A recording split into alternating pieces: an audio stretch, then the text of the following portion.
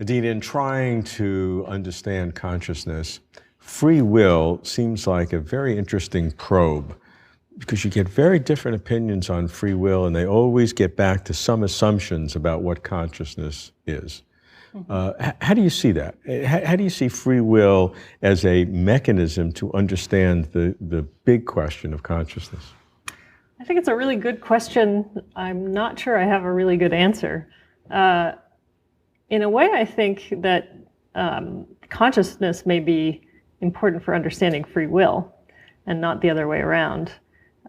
We definitely have an intuition that consciousness is important for freedom, but it isn't clear exactly what that intuition is, and people think that, for instance, the Libet experiment, the idea that you should be conscious of your will in order or you should consciously decide before you can act. And if that isn't the case, if it's not consciousness that causes your action, then somehow you didn't act freely. So that's an intuition that people have. And I think maybe that intuition is right in a way, but then I'm not sure that we mean exactly what we think we mean when we say consciousness. So if we think about the Libet experiment, what Libet argued is that there are neural signals that occur in the brain that lead to action or that indicate some kind of decision before we're conscious of that. And he thought that ruled out the possibility of free will, left perhaps open the possibility of free won't. But I think he really made a big mistake.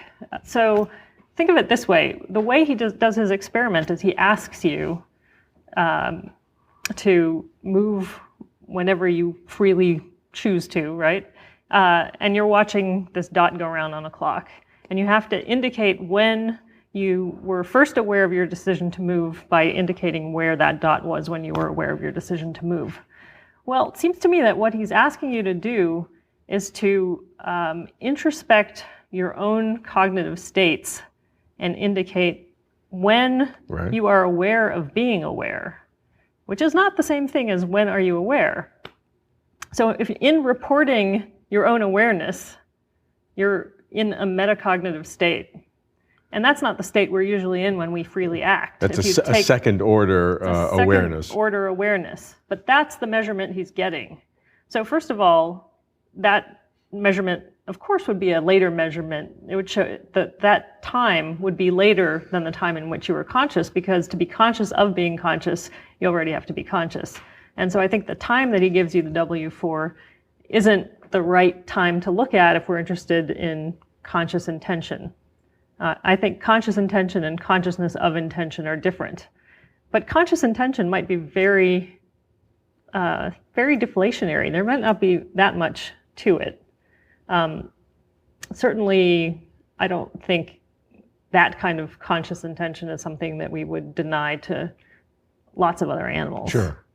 And so then the question is, well, what kind of consciousness is important for free will? And it doesn't seem necessarily like the kind of consciousness that we all want to understand the basis of. But. Well, let's start simply. Consciousness is a huge issue. Everybody focuses on it as a critical question to understand what existence is, and certainly human existence. But we don't know. Free will has some of these same characteristics we can't quite define. So we have two moving definitions, but we know that they have a relationship to one another. So depending upon which you want to fix first, you sort of determine the other one. So either one can be a dependent variable or an independent variable, if that's what we're saying. And so that it's like simultaneous equations. You have to have two of them to solve for two unknowns. And so is there a possibility by moving these two in different ways, we can understand deeply about both of them by working on either of them? I do think they're intertwined. I don't think that they're just two unknowns. So I think there are many unknowns, and a lot of them may have nothing at all to do with free will. So we might be able to nail down things about consciousness completely independently. Sure. I don't know what to say So really about it because it's not clear how much wiggle room there is in either. It may be that there are different kinds of consciousness, or there are different ways in which we need to be conscious of some things versus others. So one way of consciousness that's important for freedom, which is quite different, for instance, than maybe the phenomenal consciousness that people are trying to understand but if philosophically. those are all components of consciousness, that enriches our understanding of consciousness.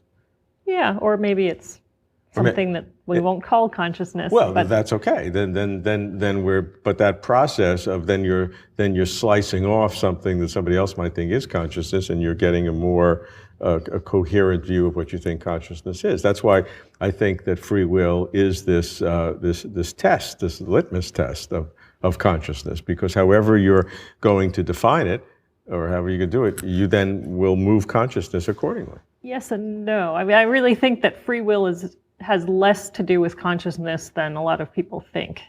At least less to do with the hard problem of consciousness than a lot of people think. The hard problem of consciousness is this phenomenal internal feeling that we have, what it's like to be something. Yep. And what you're saying is that the questions about consciousness vis-a-vis free will may be a completely different category of issues, however they're defined, than the so-called hard problem of consciousness. Yeah, I guess I would be surprised if they were completely different. I think they might intersect some, but I don't think phenomenality, for instance, is really an issue with free will.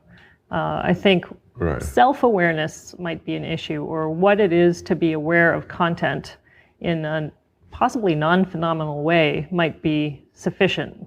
Kinds of things that we think we need to be conscious of when we act freely, I think, are what our options are, and maybe a little bit about what our reasons are, or why we're choosing, something like that. But there are definitely lots of components involved in actually making decisions that we have no conscious access to. Sure. And it shouldn't bother us. It shouldn't make us think that we're not free. So it's certainly not the case that we have to be conscious of everything in order to make free decisions. No question. And then the question is, so what exactly do we have to be conscious of? And what level is that consciousness? I contend that it's not this completely explicit, transparent, self-aware kind of consciousness. And as such, it could be much less complicated. You're differentiating two separate things. One is the phenomenal consciousness, which is this internal feeling of sense or awareness, and then the concept of self-awareness. Because to make free decisions, you have to be this meta approach. You have to be aware of yourself doing things. Well, for some kinds of things. I think that's a question. For some kinds of things, maybe certainly not for reflexes or for automatic. But even for things that we would think of as paradigmatically free decisions. Okay. I'm not convinced. Well, there's no question that there's a lot of subconscious activity in every decision we make. Sure. That's for sure. Right. So we're only isolating the elements that are non-subconscious. Right. And so. And it isn't clear to me how many of those. Well, I don't care if all I need is one to make the question. Yeah. I don't need 100. I don't need a majority. I just need one. So you might say, look, the subject has to be a conscious subject in the most general sense, a subject that is aware in order to decide freely. I think I'm willing to go with that. But you're not willing to go to self-aware? Depends what that means. I'm not at all convinced that you have to have some kind of concept of yourself as an agent to make free decisions.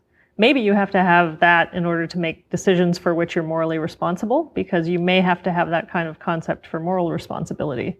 But I think that freedom is free choice is a more basic thing than choices for which we're morally responsible. That requires community. That requires some kind of system of morality. And so I think freedom is something that at least I would grant to a lot lower organisms, even if I wouldn't hold them responsible for their choices.